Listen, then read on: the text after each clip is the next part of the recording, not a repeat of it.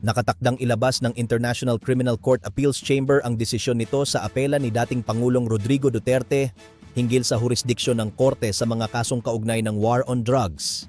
Ang pagbasa ng hatol ay gaganapin ngayon Abril 22, 2026, 2026. Alas 11 ng umaga sa The Hague, Netherlands. Bandang alas 5 ng hapon sa Maynila.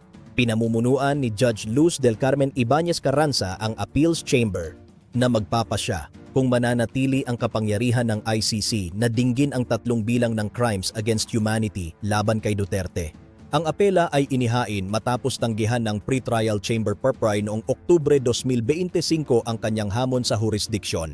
Si Duterte, na nasa kustodiya ng ICC sa loob ng mahigit 1 taon, ay humiling na huwag nang dumalo sa pagbasa ng hatol at nag-submit ng waiver upang ang kanyang mga abogado ang kumatawan sa kanya.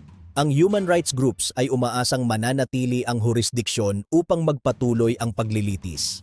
Pero ang isang Japanese non-governmental organizations ay nanawagan na ihinto ang jurisdiksyon at palayain si Duterte. Ang Pilipinas ay nanatiling hindi kasapi ng ICC mula 2019 ngunit nakamasid sa proseso.